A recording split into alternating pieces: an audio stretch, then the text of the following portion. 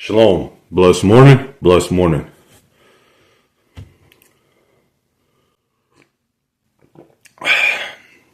Some coffee, cup of joe. So I took a shower. I put some cologne. Put some cream on my beard. Comb my afro. My beard, everything. Man, I smell good. And that cologne make you smell good. Old Spice. Now I have some Old Spice cologne in my mom's house. So I live with my mom and I live with my dad, and I bounce back and forth to make sense of this YouTube channel.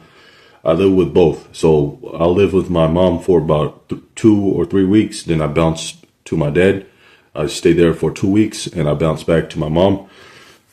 Excuse me. And yes, I'm fully aware I'm a 30-year-old man.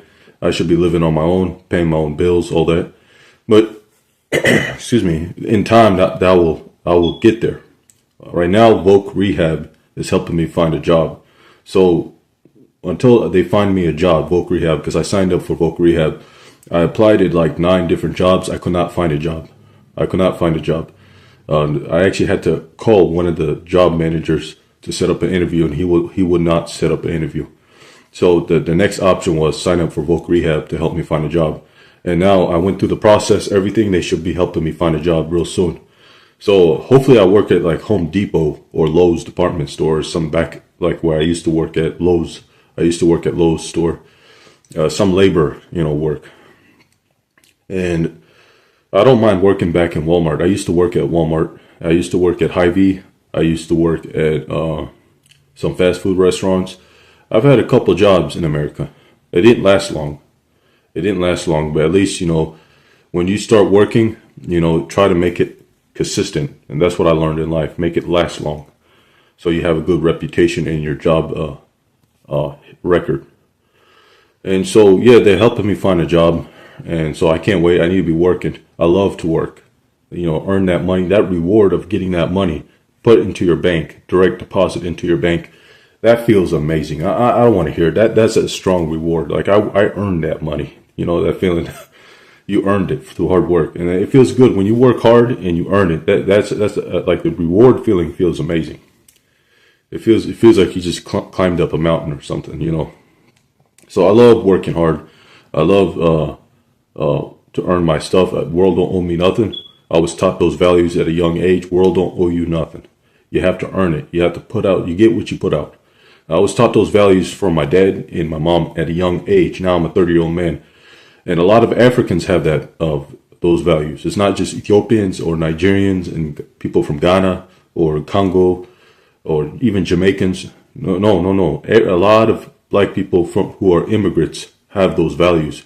You get what you put out. You reap what you sow. You get what you earn. You work hard. You get what you earn. Nobody owes you a penny. You get what you put out. And those values are common traditions among Africans and possibly Caribbeans too. Speaking of that, I also want to talk about the laws of Noah. And can Gentiles make it in heaven? Yes.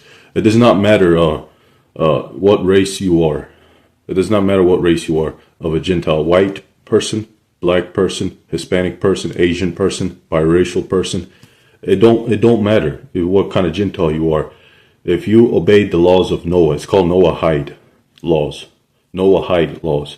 These are very simple laws that Gentiles can obey and worship the Creator, Yahweh, the Supreme God, and also obey the laws of Noah. Be a blessing to Israel. Be kind. Be respectful. Be a positive asset to our lives.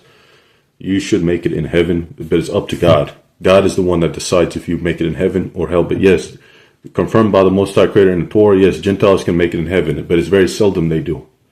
It's very seldom, but it does not matter the skin color you are.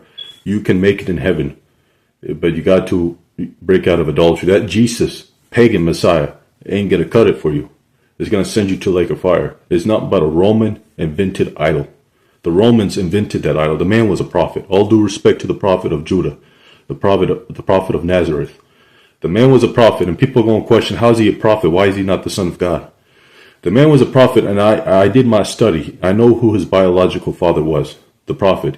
Everybody talks about the prophet's mother, but he had a biological father. He was never the son of Yahweh. He was a son of Joseph. Joseph was his father, his biological father. He was just a prophet. He was just a human.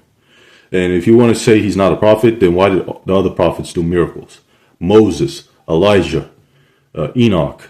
A lot of prophets did miracles that was ordained by God. So people want to say Jesus walked in water, he healed the sick, he healed the blind. That was done by God, by Yahweh. That was not done by Jesus. That was done by Yahweh. It was not done by the prophet. The man was a prophet. Bottom line, he was not no pagan Messiah. There ain't no second coming of the Messiah. This was infiltrated by the Romans.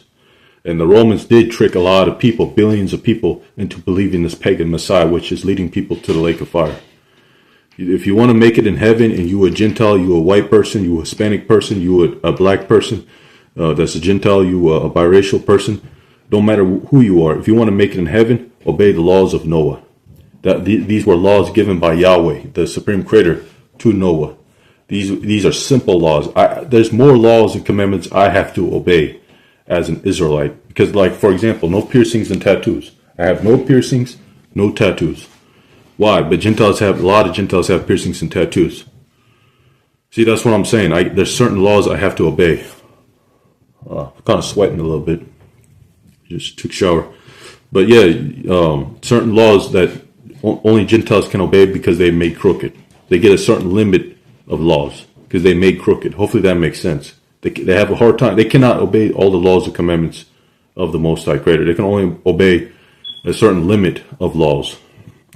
So for me as an Israelite, there's more laws. I'm obligated to obey more laws and commandments than a Gentile, because we're supposed to direct the Gentiles back to service to the Most High Creator, Yahweh, Supreme God. So anyways, I preached enough. Hopefully this video makes sense. I want to give all praises, all glory to the Most High Creator. One supreme, my worship only. I do my best in my ability to obey his laws and commandments. Shalom, chosen ones. Have a blessed rest of your day. Think positive and peace.